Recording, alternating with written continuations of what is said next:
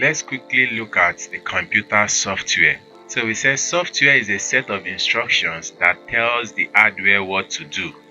Think of it like a recipe book that tells a chef how to prepare a dish. Software is a set of instructions that tells the computer what to do. You understand? It's just like when you want to prepare a meal that you are not familiar with. You understand? You need to have a cookbook or like a video tutorial.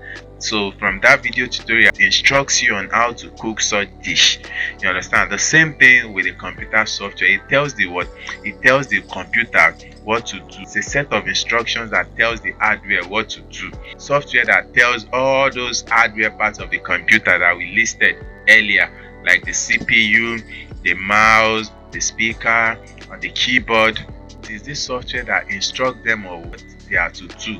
You understand? So when we say when you open a program like Microsoft Word to write a document or Google Chrome to browse the internet, you are using what? You are using a software. So those Google Chrome, your Google Chrome that you use to browse the internet is a software. Your Microsoft Word that you use in typing is a software. Different browsers that we use on our computer, our Adobe Photoshop that we use for editing pictures, our CorelDRAW that we use for designing graphics. They are examples of softwares, computer softwares that we have. You understand? So it is this software that interacts with the hardware to get the job done. You understand? Because without the computer software, the computer hardware will be useless. It will just be there. You understand? So the software and the hardware, they need to work hand in hand together.